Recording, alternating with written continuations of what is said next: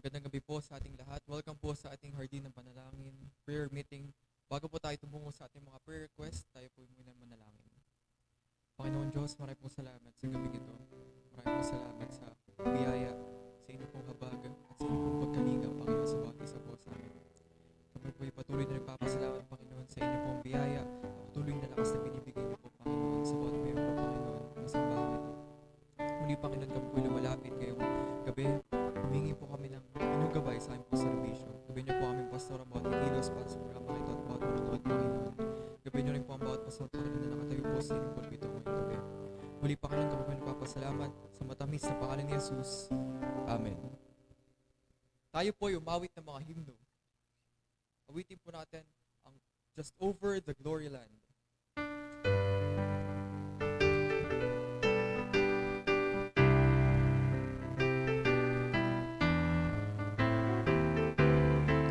Ready, sing. I've a home prepared where the saints abide, just over in the glory land. And I long to be by my Savior's side, just over in the glory land. Just over in the glory land. I'll join the happy angel band, just over in the glory land. Just over in the glory land. There with the mighty host I stand, just over in the glory land. Verse number 2. I am on my way to those mansions fair, just over in the glory land. There to sing God's praise and His glory share, just over in the glory land. Chorus.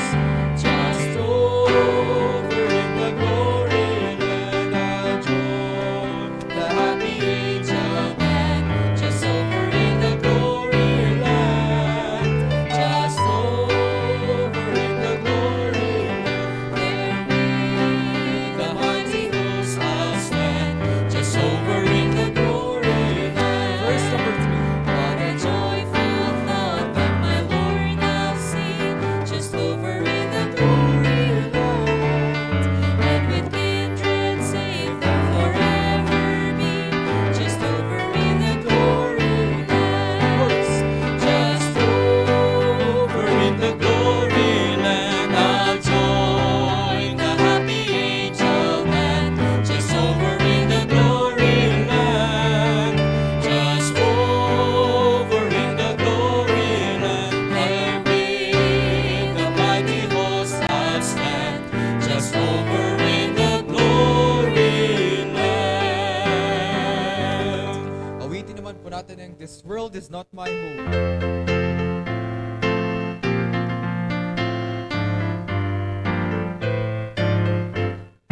Ready, sing. This world is not my home, I'm just a passing through. My treasures are laid all somewhere beyond the blue. The angels beckon me from heaven's open door, and I can't feel at home in this world anymore. Chorus. Oh Lord,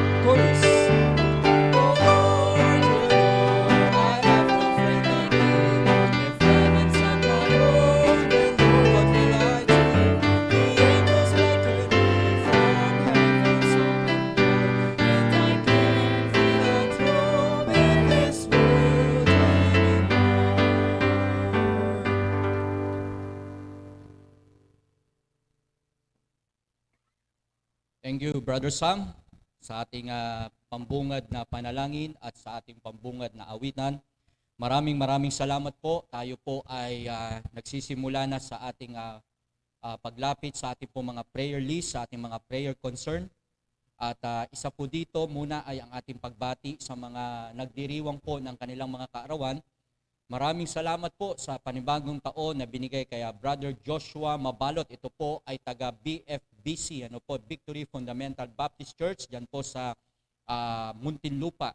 At maging ang anak po ni Pastor Mark J. Loyola, si Topher Loyola. Ito po ay apo ni Ma'am Ellen Tubera. Maging si Nathaniel Avancenia. Ito naman po ay taga Bulacan. Pamangkin po ito ni Ma'am Joyce. Maging ang ating kaibigang Pastor Kirk Regacho. Ito naman po ay taga Living Water Baptist Church. Diyan po. Rojas Capiz pala. Okay. Pastor Kirk Regacho. Akala ko pa si Pastor. Kirk pala yung isa.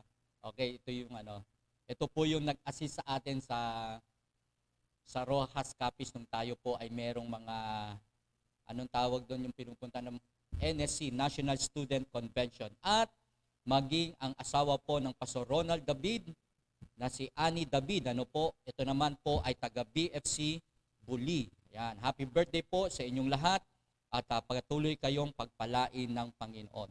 And then sa ating pong mga pasasalamat sa Panginoon, ang si Marivic Castillo, okay, is now awake and recovering from sickness. Pero meron tayong natanggap na prayer list sa kanya. Galing din ito sa kanya. No? Sabi niya po rito, naway hilapin niyo po ang sakit ng aking mahal na kapatid na si Elizabeth Concepcion. Ayan. At patuloy na kalakasan. Okay, pag-pray po natin ang kanyang pong kapatid na si Elizabeth Concepcion Uy na siya po ay makarecover sa kanyang karamdaman at bigyan siya ng biyaya ng Panginoon na siya po ay gumaling. Okay? Maging ang aking pamangkin na si Rosh, siya po ay nagdiwang ng kanyang 90th o 19th year birthday. And then kay Ma'am Baby ay nilapit din po niya si Marife Kakam na nag-negative naman po sa kanyang swab test. Alright, kagabi naman po ay biglaan at purihin ng Panginoon ang JFM Philippines na dito po naka-home base ngayon sa Pilipinas ay nagsimula na pong magkaroon ng soft opening, grand opening na pala yun. At we congratulate Sister Dang, Ma'am Joyce and Ma'am Kay sa kanila pong pangunguna through the help of the Oraras Kids, at talagang pinangunahan po nila ito. Salamat. Wala po itong kinalaman sa it is more of a business. Kaya po nagpapasalamat po tayo doon sa kanilang initiative na ginawa doon sa live selling. So, if you want to know more about this product, ito pong bags, ay pumunta lamang po kayo dito sa website ng GFM. Ano bang exact address nito? gfmphl.com. Ayan, at makikita nyo po doon ang mga items at mga bags. Those are, ano bang tawag dyan namin? Hindi naman sila mga, pero hindi sila mga from USA po yan. Hindi, yung sinasabing, hindi naman siya talaga, hindi siya imitation. Original, handmade. Parang siya, yung legit na personal made, po. So, bisitahin nyo na lamang po kung paano nyo makikita po ang lahat po ng item. Pag-pray lang po natin, sapagkat ang vision po ng Chua family, Preacher Gary and Sister Dang, ay for the ministry and for the family, at napakalawak po ng kanilang pangitain pagdating po sa business na yan. At talaga ang ma-encounter dyan, ang makakatulong po dyan ay ang gusto nilang matulungan ay ang mga churches and mga members po. And then, praises and answered prayer. And then sa ating pong anniversary, this coming November 21, yan po ang ating anniversary, ang church anniversary. But before that, ipag-pray po natin ang nalalapit din po, hindi nakalagay dito, yung ating mga, dito na ba nakalagay yung mga prayer request natin? Teka lang po Okay, prayer request yan. Ang ating nalalapit na concert, okay? Evangelistic concert na pangungunahan po ng ating mga hardinero, ng ating mga preachers na si Preacher Jabez at Preacher Lester and Preacher Gary Chua. Sila po ay mga nasa online evangelism ang gagawin po nila. Kaya pag-pray po natin yung preparasyong gagawin, yung mga layout at gamitin ng Panginoon itong ministry ng Hardin ng Panalangin para po makapag-akay pa tayo ng maraming kaluluwa habang tayo po ay nandito pa sa tinatawag na pandemya. Bagamat lumuluwag na po, bagamat lumuluwag na, pero kailangan pa rin po nating ipagpatuloy ang ating pagmiministeryo. Sama po natin sa panalangin ang second term ng ating BIMOS, ang ating Bible School dyan po sa Pureza, ang kanila pong online Bible School. Ang kanila pong mga estudyante ay magpatuloy at wag po itong mabawasan at meron po tayong 4 na estudyante na nag-enroll dyan. Kahit na po sila yung mga professional na, nag-aaral o nagtatrabaho na, ay nagbigay pa rin ng oras para po sa kanilang pag-aaral sa Bible School. Yes, opo. Sama rin natin sa panalangin, nakalagay po dito, financial needs for the hospital bills and recovery from COVID. Ito nga po yung nilalapit ni Marivic Castillo, Ate Marivic Castillo na si Elizabeth Concepcion Uy. And then, ang ating kaibigang Pastor Covarrubias na nasa Samal, Davao del Norte, isama rin po natin siya sa panalangin, yung kanila pong financial needs, this month, yung kanilang Christmas gift giving para po sa mga bata this coming December. And then, purihin ang Panginoon, ang aking mga anak ay okay na po ang kanilang mga ubo at sipon, yung kanila na lamang pong mga pag-aaral at na-delay nga po yung kanilang vaccine sapagkat hindi po sila pwedeng ma-inject kapag sila po ay may symptom ng ubo at sipon. Sipon lang naman, wala pong ubo, pero yung kanila pong sipon ay naging dahilan para hindi ma-reschedule yung kanilang schedule. And then, si Rapa, okay, yung kanyang second dose of COVID, good health of family, at financial need, strength ng kanilang tatay Ome, okay, at pag-iingat ng Diyos sa pag-work. And then, sama po natin sa panalangin, maging sila Sister Agnes and Sister Alexis, yung kanila pong mga magulang, yung kanilang needs, financial, at maging ang kanila pong spiritual life. And then, Brother JB, wala po ito sa Japan. Pinagpe-pray po niya ang safety from COVID, ang kanya pong mga loved ones, ni Jane and her staff, Christine sa bar review exam. Yan po. Alright, so sama rin po natin sa panalangin ang Bishop Cornelio Datur at Pastor John Nicor sa kanila pong pangunguna po sa mga kapastoran diyan po sa Cavite na tinatawag pong the Filipino Independent Baptist Association of the Philippines. At yung kanila din pong morning devotion na MTKN, May Kaligtasan kay Kristo, at yung evening devotion din para kay Pastor Cornelio Datur, yung tinatawag po niyang May Kaagapay. Yan. And kasama rin po dito sa ating mga grupo na ipinagpe-pray ang ating grupo ng MIBFC sa pangunguna po ng ating mahal na Bishop Freddy De Vega.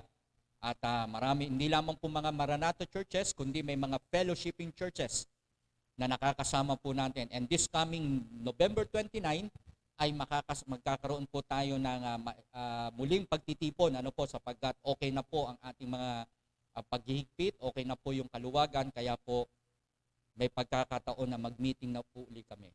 Alright, so yan lamang po. At ang ating mga frontliners, sama po natin sa panalangin, ang aking pong mga kapatid na nasa US of A, ang Ate Shalom, ang Kuya Marvin, okay, ang aking mga kapatid na sila Kuya Noel, Gamaliel, ang aking pamangkin na si Maresia, okay, so Sister Sharin Gloriani na nasa Pilipinas, okay? Si Eloisa Tuaso na nasa US of A, Dr. Sonia Castilla Murray, ito po ay nasa US of A, Maria Teresa Castillo na nasa US of A din, ito po ay mga auntie ni Sister Dang, okay? Brother Bon Halili na nasa Pilipinas, Brother BJ and Sister Mate na nasa Canada, Rani and Judith Castillo na nasa London. Ito naman po ay mga pinsan ni Sister Dang. Ang ating mga loved ones, mga frontliners po natin. Okay. Brethren abroad, okay. Brethren and relatives abroad.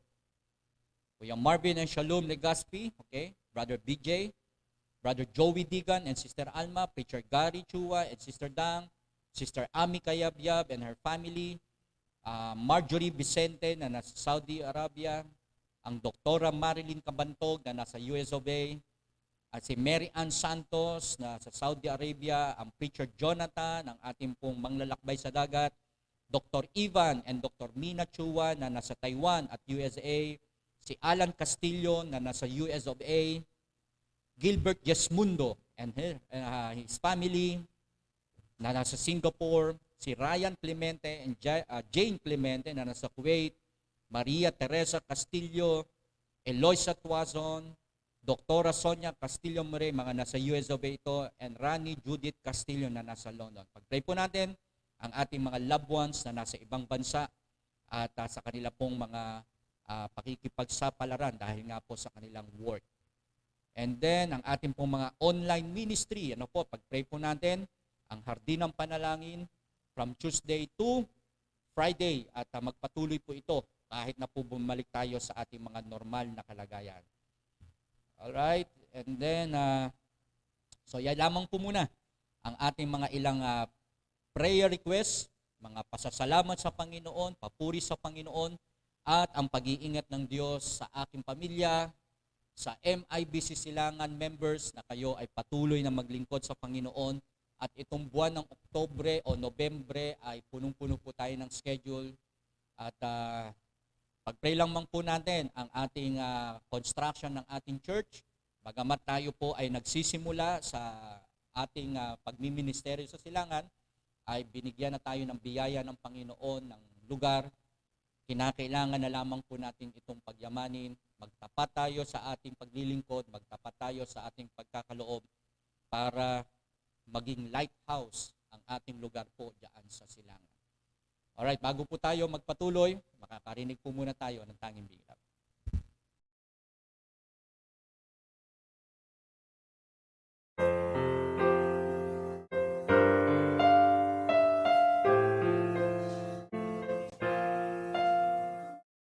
These days are drawing close to an end.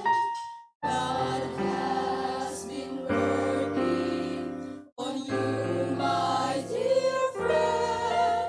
Your heart has been tender, though others don't call. For you who are hungry, a message we hold. But continue down in the things thou hast learned. But continue down in the things thou hast learned. May every sin sown in love here be written in your life. But continue down in the things thou hast learned.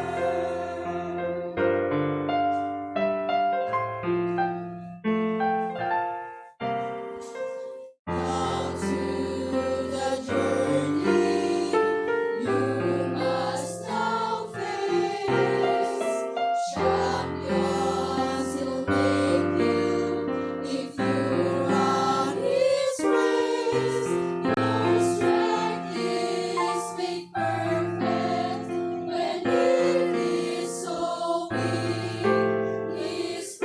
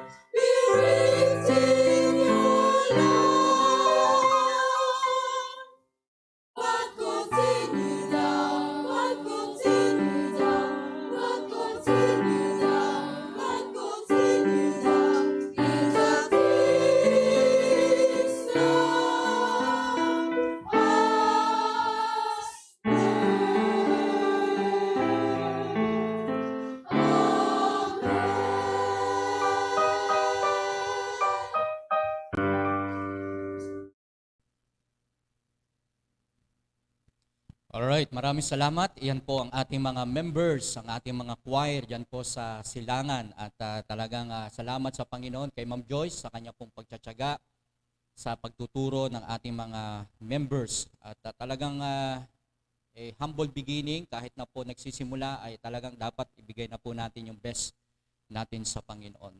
Yan po ay ginagawa natin mag-record after ng worship service para po magamit pa rin through the week ang kanila pong paglilingkod sa Panginoon. At I am hoping na lahat ng ating mga members sa Silangan ay nakatune in pa rin kayo at nagbibigay ng oras, nagbibigay ng panahon pagdating po sa gawain. Ayusin nyo pa rin ang inyong kalagayan, ang inyong oras pagdating po ng ating pagtitipon. At nakikita ng Diyos kung tayo ay papetiks-petiks lang o kaya parang nire-relax lang natin yung ating pakikinig, kaya po magbigay tayo ng tuon sa ating paglilingkod. Tumungo na po tayo sa ating pag-aaral ng salita ng Diyos, The Temptation of Jesus Christ. Ito po ay makikita natin sa Book of Matthew, chapter 4, verse 1 to 11. Tumayo po tayong lahat. And how I wish lahat ng ating mga young men, young ladies natin na binigyan natin ng password ay naka-tune in kayo lahat. Ano? At chinecheck ko rin yung inyong visibility dito sa ating live. At salamat din doon sa mga nagtatag. Salamat sa mga members natin, sa mga young people natin na tinatag ninyo ang inyong mga kaibigan, ang inyong mga kamag-anak, para maabot sila ng salita ng Panginoon. Matthew chapter 4 from verse 1 to 11, ang sabi po dito, basahin po natin. Kahit kayo po ay nandyan sa bahay ninyo, magbasa pa rin po tayo. Ready? Begin. Then was Jesus led up of the Spirit into the wilderness to be tempted of the devil. And when he had fasted 40 days and 40 nights, he was afterward an hungered. And when the tempter came to him, he said, If thou be the Son of God, command that these stones be made bread. But he answered and said, It is written, Man shall not live by bread alone, but by every word that proceedeth out of the mouth of God. Then the devil take him up into the holy city, and setteth him on a pinnacle of the temple, and said unto him, If thou be the Son of God, cast thyself down, for it is written, He shall give his angels charge concerning thee, and in their hands they shall bear thee up, lest at any time thou dash thy foot against a stone. Jesus said unto him, It is written again, Thou shalt not tempt the Lord thy God. And the devil taken him up into the exceeding high mountain, and shewed him all the kingdoms of the world, and the glory of them. And saith unto him, All these things will I give thee, if thou wilt fall down and worship me. Verse 10, Then saith Jesus unto him, Get thee hence, Satan, for it is written, Thou shalt worship the Lord thy God, and him only shalt thou serve. Last verse, Then the devil leaveth him, and behold, angels came and ministered unto him. The temptation of Jesus Christ. Makakaupo na po tayo. Tatlong bagay po ang ating bibigyang pansin, bagamat marami po tayong mapupulot at maraming beses na po natin itong napapakinggan sa pagtuturo ng mga banda, sa mga preaching, at many times ko na rin po itong nagamit. Pero tingnan po natin ang panibagong magiging paksa ng Panginoon sa ating buhay. Una, the likes of the tempter. Ang gusto ng manunukso, the likes of the tempter. Number 2 is the lies of the tempter, ang mga kasinungalingan. And last is the limit of the tempter. Number 1 is the likes of the tempter. Kita po natin na gustong tuksuhin, gustong subukan ng dyablo ang kahinaan ng Panginoon sa mga oras na ito. Nakita ng dyablo, nakikita. Pagdating po sa personality ng dyablo, siya po ay person. Meron siyang kapangyarihan. He has the will. He is capable of entering and communioning with the people. Meron po siyang kakayahan yan. Siya po ay may kakayahang makipag-usap, kakayahang gumawa ng mga bagay na masasama. Hindi po kabutihan, kundi puro kasamaan. So the likes of the tempter is that he liked the weakness of person. He knows the wrongs of the people and he knows the ways of the people. At pagka alam niya yon, mga kapatid, doon siya pumapasok. Sa pagkakataong ito, nakita ng dyablo na ang Panginoon ay talamitam sa Ama. Nagkaroon siya ng fellowship. Siya po ay nagpray, siya po ay nakikipag-usap sa mga magiging plano, sa magiging gagawin ng Panginoong Hesukristo. At ang sabi rito, inabot po ito ng 40 days and 40 nights. He is not only God, but also He is human. The hypostatic union na siya po ay 100% na tao. Kaya po siya nakaramdam ng gutom. May mga instances sa Bible na siya po ay umiyak, siya ay nagalit, siya po ay nagpo-possess ng pangalan ng tao, siya po ay ipinanganak, siya po ay lahi, galing sa lahi ni David. Which means, mga kapatid, kung paano tayo bilang tao, ay ganun din ang Panginoon. But the problem is, or the difference is, wala po siyang kasalanan. He did no sin, and He commit no sin, and He did knew no sin. Wala po siyang alam sa kasalanan. Kaya nga po makikita natin yung kanyang pagiging holiness, yung kanyang holy. Pero, mga kapatid, ang gustong-gustong gawin ng dyablo sa mga oras na ito ay yung kahinaan at gusto niyang samantalahin ang kahinaan ng Panginoon. Yes, physically, he is weak. Physically, siya po ay mahina. Bakit? Siya'y gutom eh. Birin nyo, siya po ay, sabi rito fasten ng verse 2. Siya po ay nag-fasting ng 40 days and 40 nights. Mga kapatid, grabe ito. Hindi natin kakayanin ito.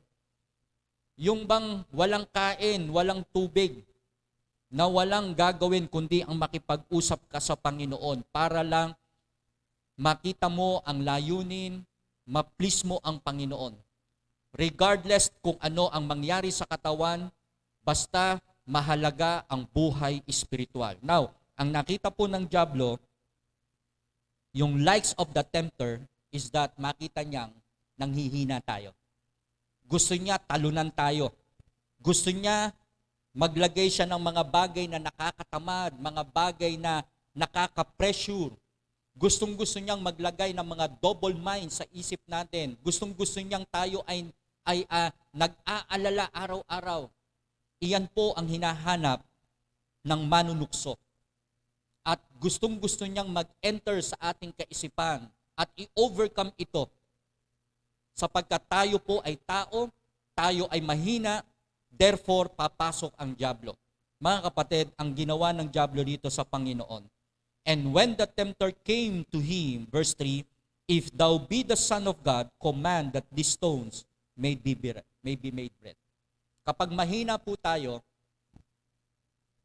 lahat ng mga bagay na, anong tawag natin dyan, yung bang i-compromise mo na. Okay? Wala ka nang isa sa alang-alang. Kahit Kristiyano ka, basta maibigay lang yung needs ng katawan mo, makikipag-compromise ka na. Anong bang ibang term ng compromise? Tulungan nyo nga ako. Yung bang hahayaan mo na, alang-alang dun sa pangangailangan. Ibibigay mo na para lang makomplete yung needs mo. Okay? Ano pa bang mga term yan? Yung bang talagang, sige na, okay na ako dyan. Mga kapatid, ang kaibahan lang sa Panginoong Hesukristo, sinagot niya ito sa pamamagitan ng salita ng Panginoon. It is written, ang sabi niya rito, man shall not live by bread alone.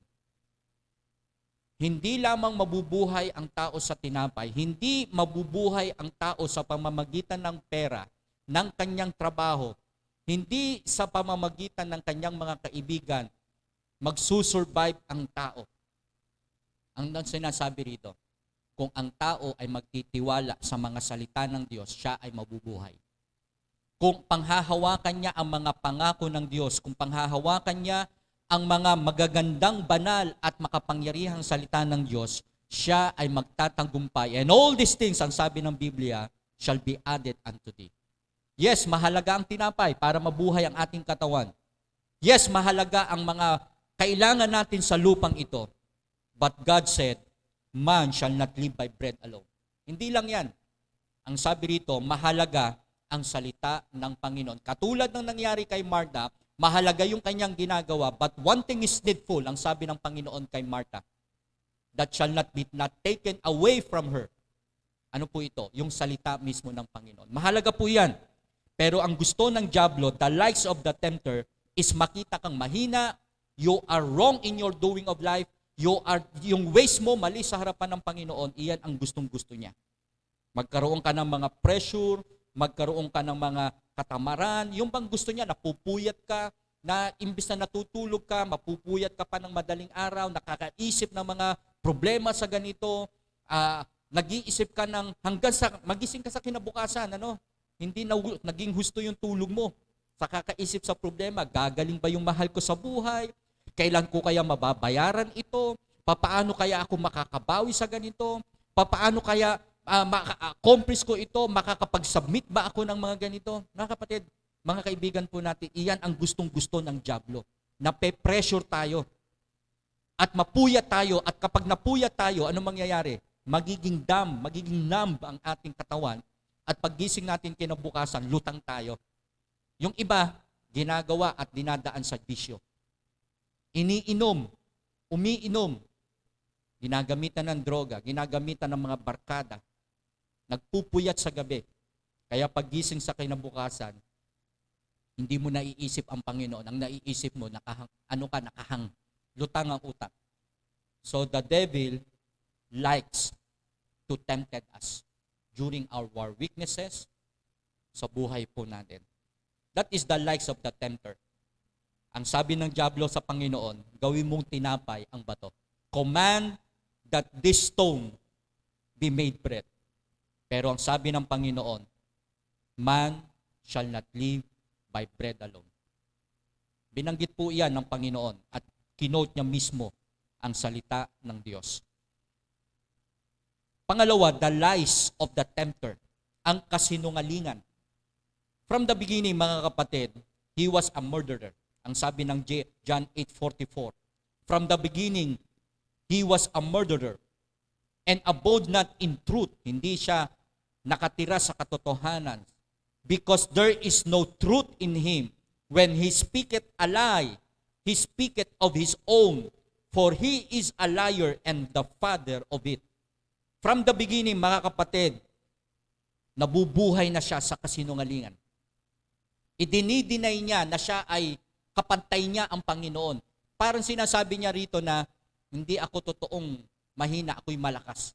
Hindi totoong ako'y wala, totoong meron ako. Parang nabubuhay siya sa kaisipang kaya niyang i-overcome ang Panginoon. Ang sabi ng Panginoon from the beginning, katulad ng ginawa kay Adan. Anong ginawa kay Adan? Siya ay dinaya. Yeah, had God said, ang sabi ng Panginoon. Lahat ng puno, maliban na dyan sa puno na yan, huwag niyong kakainin. Pero ang sinabi ng diablo kay Eva, kay Adan, yeah, had God said? Sinabi ba ng Diyos? Yes, sinabi talaga ng Panginoon, pero dinuktungan niya. Huwag hahawakan, huwag hihipuin. Pero ang sabi ng Panginoon, huwag kakainin. Pero yung hawakan, dinagdagan na. Kaya po may kasinungalingan dahil yung mismong salita ng Diyos, nilagyan niya ng pag-aalinlangan. God had said, kainin ang lahat, wag lang yung nasa gitna. Tapos ang sabi ng diablo sa chapter 3 verse 1, yeah, had God said? Sinabi ba ng Diyos? Yes, sinabi ng Diyos. Kaya inilalagay sa kaisipan natin, kaya kayang gamutin ng Panginoon? Kaya ka bang tulungan ng Diyos? The mere fact, kaya talagang pagalingin ng Diyos. Nakukuha niyo po yung idea? Sinabi ng Diyos, pagagalingin kita. Ang sabi ng Diyos, tutulungan kita. Magsasalita ang diablo, tutulungan ka ba ng Diyos? Pagagalingin ka ba ng Diyos? Yung mga salitang ganyan, yung mga sweet and yung mga salitang madaya. Ano po? So, the lies of the tempter is that, mga kapatid, mag-ingat po tayo. The absolute power of God, the absolute word of God, the absolute, yung kanyang mismong sinabi, mga kapatid, walang pag-aanilangan, mangyayari at mangyayari ang lahat ng sasabihin ng Panginoon.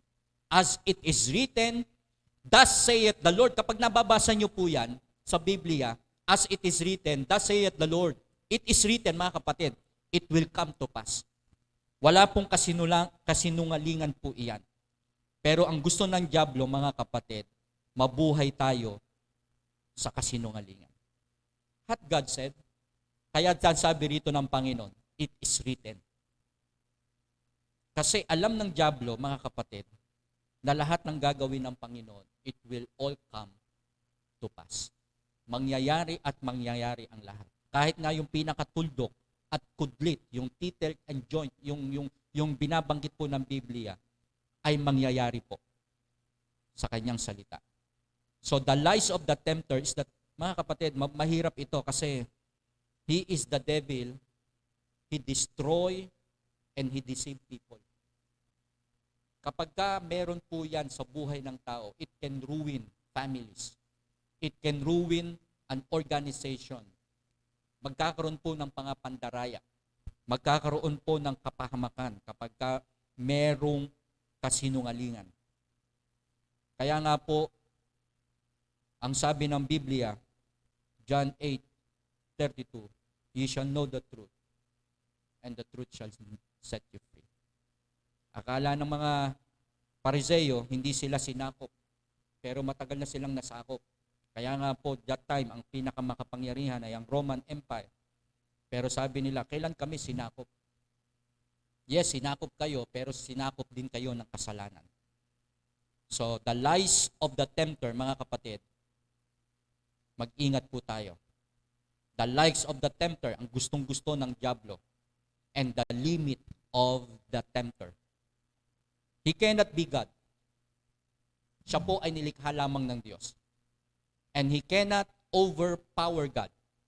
Bagamat siya po ay may kapangyarihan na inilagay ng Panginoon, pero yung kanyang kapangyarihan ay galing lang din sa Panginoon. He cannot be God, and he cannot overpower God, and he cannot conquer the design and the will of God to man. When God died on the cross, mga kapatid, akala nila nanalo na sila. Hindi nila alam na iyon ay way ng Panginoon para makonquer ang kamatayan. Sapagkat gustong ipakita ng Diyos na siya po ang makapangyarihan kahit na ang kasalanan at ang kamatayan ay hindi magwawagi po sa Kanya. So what we need to do is we have to put on the whole armor of God. Ang sabi po ng ating binasa dito, it is written. Let us put on the whole armor of God. Sabi ng Ephesians chapter 6, put on the whole armor of God that ye may be able to stand against the wiles of the devil. Wherefore, ang sabi ng verse 13, take unto you the whole armor of God, that ye may able to stand in that evil day, and having done all, to stand. Not only to put on the whole armor of God, we have to put on Christ. Ang sabi ng Romans 13 verse 14, but put ye on the Lord Jesus Christ. Isakbat ninyo ang Panginoong Hesukristo. Ang salita pong put on or put ye on from the Greek word enduo. Ang sabi po diyan, to clothe upon. Isuot. Okay? Isakbat, ibig sabihin, hayaan nating yakapin tayo ng Panginoon. Not only put on the whole armor of God, put on Christ. Mga kapatid, let us put on the Word of God. Ang sabi dito, alam niyo kung paano niya po, kung paano niya sinawata itong dyablo na ito, lagi niyang binanggit ang Word of God. Ang sabi ng verse 4, it is written. Diba? Ang sabi ng verse 7, it is written again. Ang verse 10, sabi that, get thee hence, Satan, for it is written. Mga kapatid, ginamit niya ang salita ng Panginoon. Every time we are in trouble, every time we meet this kind of accusation ng diablo, let us mention the word of God. Ang salita ng Panginoon ay ilaw po sa ating tangla, sa ating nilalakaran. Let us put on the word of God. Now ye are clean through the word which I've spoken unto you. Ang salita ng Diyos ang siyang naglilinis po sa atin. Alam niyo po, magaling itong diablo na ito. Pero nakalimutan niya na lahat ng kanyang binabanggit ay galing sa Panginoon. Yung tinapay, galing sa Panginoon. Yung holy city na inilagay siya dun sa pinnacle. Okay? Ang sabi diyan sasaluhin ka naman ng mga anghel mo, di ba? Tapos, ang ginawa ng diablo, sa verse 8, ang sabi diyan, and the devil take him up into an exceeding high mountains and showeth him all the kingdoms of the world. Mga kapatid, pag pinag-usapan po ang kingdoms of the world, mga kapatid, yung salitang, ano bang salitang ginamit diyan? Yung, and the glory of them. Hindi ko makita yung Tagalog eh. Okay, sabi rito, kaharian ng sanlibutan at ang kaluwalhatian nila. Lahat po ng iyan, galing yan sa Panginoon. The glory of the kingdom, ang sabi diyan, the kingdom of the world. Galing iyan po sa Panginoon. Ang kine-claim ito ng diablo. Okay? Sa kanya galing. Pati ang sabi rito all these things will I give thee if thou will fall down and worship me. Pati yung authority ng pagsamba, akala ng diablo sa kanya. Hindi po. Kaya ang sabi rito, mismo ang Diyos, ang Panginoong Jesucristo, nirefute siya, ang sabi, get thee hence, Satan. Wala kang ibang paglilingkuran malibang ang Diyos mo. Sinasabi rito, ikaw mismo Satan, na akala ng mundo, ikaw ang Diyos nila. Mali ka, ikaw nga mismo ang Diyos mo, ako. So the limit of this tempter is that he cannot be God. He cannot overpower God and he cannot conquer the design and the will of God to man. Ano pong nangyari? Hindi ba na-overcome ito ng Panginoong Jesucristo? 100% mga kapatid, na-overcome because he used the Word of God. At ang sabi po dito, yung temptation po na ito talagang kung mangyayari ito sa atin, yung iba, kung hindi tutugon ang Panginoon, ibibigay pa nila yung kanilang kaluluwa sa diablo, ibinebenta pa nila. Yung iba talagang to become famous, they will sell their soul to Antichrist, sa diablo. At ang naging ginawa ng Panginoon sa kanya, and the devil leaveth him, iniwanan na siya sapagkat talagang sinupalpal siya ng Panginoon. Lahat ng kanyang mga sinasabi, puro parang sa kanya galing. Kaya maganda po na tayo ay nagpe-pray. Ang sabi rito, and behold, the angels came and ministered unto him. Once we are praying, tayo po ay nagpe-pray sa Panginoon. When we are in the midst of trouble, pagkatapos po natin mag-pray, that angel ministered to us. Pinapalakas po tayo at tayo ay hahawakan ng Panginoon.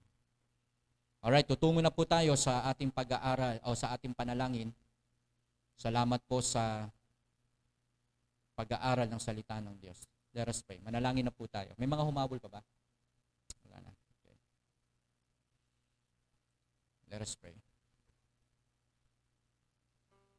Dakilang Diyos na makapangyarihan sa lahat, marami pong salamat sa kalayaan ng paglilingkod na hindi po nagagawa ng ilang bansa, na kung minsan na kahit na nga po malaya dito sa aming bansa, ay hindi pa rin po nagagawa ng bawat isa sapagkat nagiging alipin ng kasalanan. Imbis na makipag-usap sa Panginoon, imbis na tumawag, humingi ng saklolo, ang kanyang pansin, ang kanyang puso ay sa tao nakasalig. Hindi talaga sa Diyos na siyang gumawa ng lahat ng bagay. Kaya dun sa pag-aaral po natin, mismong ang diablo, sinasabi ng Panginoon, sa akin ka lang, at sa akin ka lang luluhod, mga kapatid. Iyan binabanggit mismo ng Panginoon sa dyablo. Tayo pa kaya na tao na mahina, tayo pa na walang magagawa, mas lalo po natin kailangang tumawag sa Panginoon. Maraming salamat po, dakilang Diyos, sa mga panalangin aming nailapit. Isa na po rito ang mga pasasalamat sa kaarawan na ibinigay niyo po sa aming mga mahal sa buhay. Patuloy niyo pong i-bless ang buhay po ng aming mga loved ones. Lalapit ko, dakilang Diyos, maging ang si Mariby Castillo, na si Elizabeth Concepcion Uy, Panginoon, na nasa ospital. Ang aking panalangin ay ibangon niyo po siya sa banig ng karamdaman. Maging ang kanila pong finances sa mga bills sa ospital ay matulungan po sila, Panginoon. I beg for your mercy, Panginoon, na sila po ay makaalpas dito sa matinding pagsubok. Makita nila na may Panginoong Hesukristo na pwedeng lapitan, na pwede pong umalalay sa kanila, lalo na po kay Ate Beth Elizabeth Concepcion. Salamat, dakilang Diyos, maging kay Marife Kakam na nag-negative po ang kanyang swab test. Salamat din po, Panginoon, dahil sa grand opening ng live selling po ng GFM Philippines. Patuloy po na ito po ay ma-recognize, tangkilikin, sapagkat ang vision not only to have a profit, kundi makatulong sa mga churches, sa mga kamanggagawa, sa bawat pamilya. Salamat, Panginoon, sa vision na binigay niyo po sa Chua family, kay Preacher Gary and Sister Dang, sa kanila pong pagmamahal sa gawain. Dalangin ko, Panginoon, ang nalalapit na anniversary ng church sa November 21, ang paghahanda po na gagawin po namin sa simpleng selebrasyon. Pasasalamat po namin sa inyo dahil naglagay po kayo ng gawain sa San Mateo. Kami na hindi karapat-dapat, pero dahil sa inyo pong kalooban ay nagaganap po ito. Salamat dahil nagligtas po kayo ng mga kaluluwa yan po sa San Mateo, na ngayon ay naglilingkod, na ngayon ay na-congregate na sila at na isama, Panginoon, sa inyong gawain. Magpatuloy nawa ang bawat miyembro. At bago po ang araw ng anibersaryo, magkakaroon po ng evangelism through online. Tulungan niyo po ang Preacher Jabez, Preacher Lester, Preacher Gary sa kanila pong pangangaral. Gamitin niyo po ang kanilang buhay para po makapag-akay kahit na po nasa pandemya. Magamit po namin ang ganda ng social media, ang mga kapatirang magsisiawit. Ang gagamitin po ninyo sa likod ng FB Live na ito, na makita nilang may Diyos, may Kristo na namatay para sa kanila. Na kung anong kaligtasan meron kami ay magkaroon din po sila. Na kung anong pangako meron kami ay magkaroon din po sila ng pangako. Na magkaroon sila ng katiyakan ng buhay na walang hanggan. I-bless po ninyo, dakilang Diyos, ang bawat mga nailapit na mga panalangin. Ang aming mga loved ones na nasa ibang bansa, patuloy nyo pong abutin ang kanilang pagtatrabaho, ang mga pamilyang nag-migrate sa ibang bansa. Oh God, please, protect them, help them. Sila po ay umaasa sa inyong pag-iingat. Maging ang aming mga elders, not to mention everyone, pero Panginoon, you know them. Abutin niyo po ang kahinaan ng kanilang lupang katawan. Kahit na po mahina, kahit na po may nararamdaman, nagpapatuloy ang kanilang pananampalataya sa Diyos na buhay na nagbibigay sa kanila ng kalakasan. Hawakan niyo po ang aming mga frontliners na sila, Panginoon, ang naging una at humaharap sa mga nagkaroon ng cases ng pandemya. Nagagamot, nag-iingat, o Panginoon, hawakan niyong patuloy ang bawat isa. Hawakan niyo po ang FIBAP, ang pangunguna po ng Bishop Cornelio Datu, maging ang Pastor Johnny Cor sa kanila pong MTKN, maging ang may kaagapay ng evening devotion ng Pastor Cornelio Datu. Hawakan niyo po ang aming mahal na Bishop sa kanyang pangunguna sa MIBFC at bilang senior pastor na tumutulong po sa mga iglesia. Maraming salamat po at patuloy niyong hawakan, dakilang Diyos, ang hardin ng panalangin. Patuloy po kaming umaasa sa gagawin niyo pa po. Magamat may kapaguran, andito po ang commitment, andito pa rin ang pagmamahal po namin sapagkat hindi po kayo tumitigil. I-bless niyong patuloy, dakilang Diyos, ang aking pamilya. Palakasin ng Ma'am Joyce, ang aking mga anak. Tuloy niyong hawakan ang mga members sa silangan. Bigyan niyo ng biyaya ang inyong lingkod na makapagpatuloy. Salamat po sa kanilang pagmamahal sa inyong lingkod. I thank God, Panginoon, dahil they learn to appreciate the gift na nagmula po sa inyo, maging sa kaarawan na kanilang ipinagkaloob. Salamat, Panginoon, sa mga kapastoran na aking nakaka-fellowship. Maraming salamat, dakilang Diyos, sa mga churches na tumutulong, nananalangin, nagpapaalala, umaagapay sa lingkod niyong ito. O dakilang Diyos, maraming salamat po. I-bless po ninyo maging ang mga salaping malilikom, patuloy itong gamitin sa inyong gawain. Maraming salamat din po sa Orara family, kay Ma'am Susan, Richard Jabez, kay Ate Hannah, kay Kuya Nathan, Brother Nathan, kay Jana, kay Chay, sa mga apo. Salamat po sapagkat may pamilyang nagpasimula ng ganitong gawain na ngayon ay aming ipinagpapatuloy kahit wala na po ang aming Tatay Bishop Orara. Salamat sa buhay ng aming mga kapastoran na patuloy niyo pong ginagamit. I-bless po ninyo ang bawat pamilya na nanonood. Ang lahat po ng ito ay aming panalangin sa ngalan ng Panginoong Yesus. Amen. Amen. Praise God. Alright, tutungo na po tayo sa ating last song. At pasalamatan po natin ang ating Panginoon sa ating pong ginagawang pagseserbisyo. Brother Sam, He hideth my soul.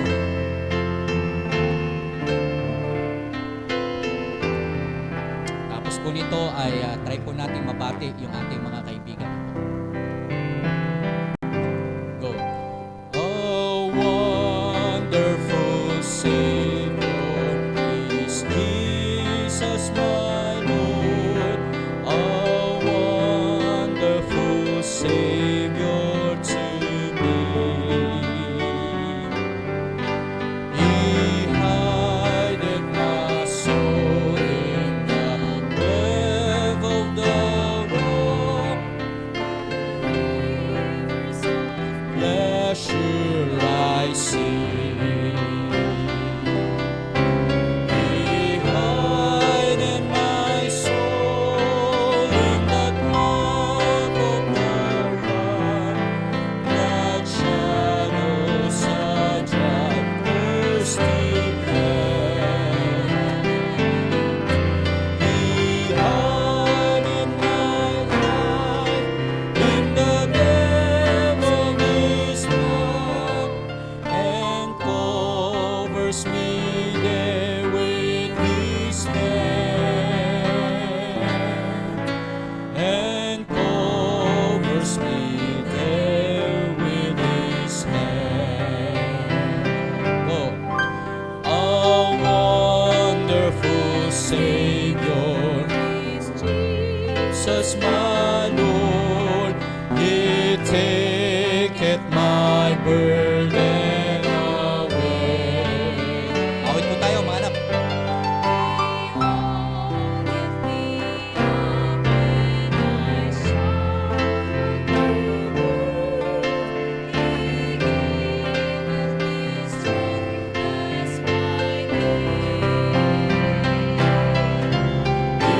hideth my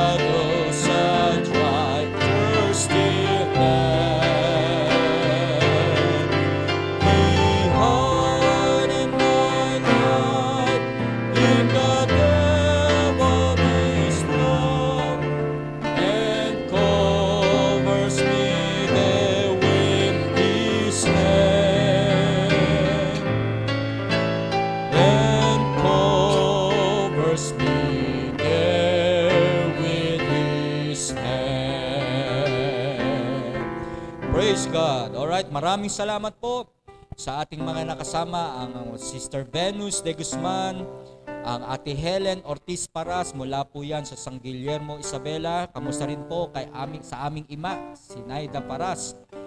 Ingatan kayo ng Panginoon dyan po sa Isabela. Si Sister Agnes Casiao, maraming salamat po. Nanay LV Rivas, maraming salamat po. Ingatan kayo ng Panginoon. Si Romar Bornales, maraming salamat. Romar, at pag-pray po natin ang kanyang baptism. At siya po ay masayang-masaya nang sabihin kong isa na lang ang kulang, ikaw ay magpabautismo. At sabi niya, Pastor, anytime, naka-ready na po ako. Kaya pag-pray po natin na siya po ay magpapabaptize na after niya makakilala sa Panginoon. Ito po yung ating naging benefit ng ating online ministry. And then, Ate Milka, ang ating gitarista, maraming salamat kay Ate Milka. Kay Giselle Apostol Bagaw, maraming salamat. Kay Jack Villar. Si Jack ba ito? Parang iba yung kanyang profile No. Okay, Brother Jack Villar, maraming salamat. Ikaw ay magpagaling nung last Sunday, hindi ka namin nakasama. Ikaw ay magpalakas sa Panginoon. Okay, Kuya Nick Anthony Destor, maraming salamat. Okay, purihin ang Panginoon. Jenny Careso, sabi ko pumunta ka rito para ikaw ang mag-special number. Okay, meron pang hanggang bukas, hanggang Friday. Okay, pumunta ka rito at kumanta ka ng live at makaawit ka sa Panginoon.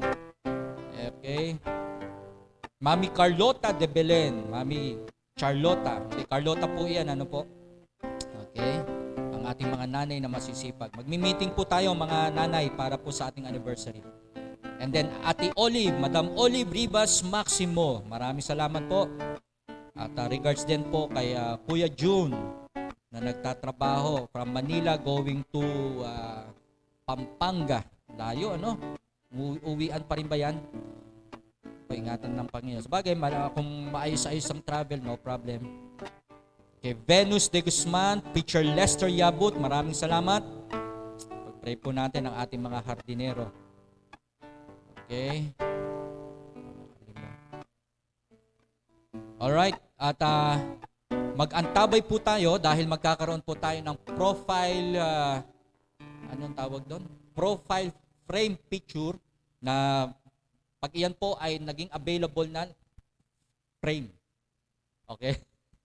Ano ba sinabi ko? Para sa picture, yung bang pagka profile, meron nakasulat dito. Okay? So, pag-pray po natin yan. At salamat sa Panginoon kay Sister Sheila. Ano po? Siya po ang nag-a-arrange po ng ating layout from the church dito po sa ating feature sa ating online FB. Kaya po salamat, meron tayong mga talentadong Kristiyano. Ano po? Ang aking bunso naman ay operator ng OBS na. Ang aking panganay, ang ating musician, layout artist din, gitarista. Marami tayong talagang biniyayaan tayo ng Panginoon ng mga may mga musician na rin tayo sa church. Gamitin kayo ng Panginoon, mga soloista, okay? So maraming salamat. Again, mag-ingat pa rin po tayo, bagamat masaya ako nakakita ng mga bata sa labas. I enjoy seeing kids playing around, nasa playground, nasa mga mall, okay? Mag-ingat pa rin po tayo. Again, kung may available ang vaccine natin, please, wag po nating pairalin yung ating mga naririnig na nagiging zombie. Okay, ang buhay daw ay magiging hanggang 2 buwan na lamang o 6 na buwan kapag ikaw ay nalagyan. Ano ba yung sinasabi nila? Magiging hybrid ka. Tingnan po natin yung siyensya, okay? Yung science nito at yung application nito pagdating sa Biblia. Binabanggit po iyan ng mga doktor, binabanggit ng ating government. So, hindi para po i-depopulate ang mundo natin, kundi para ingatan ang bawat buhay.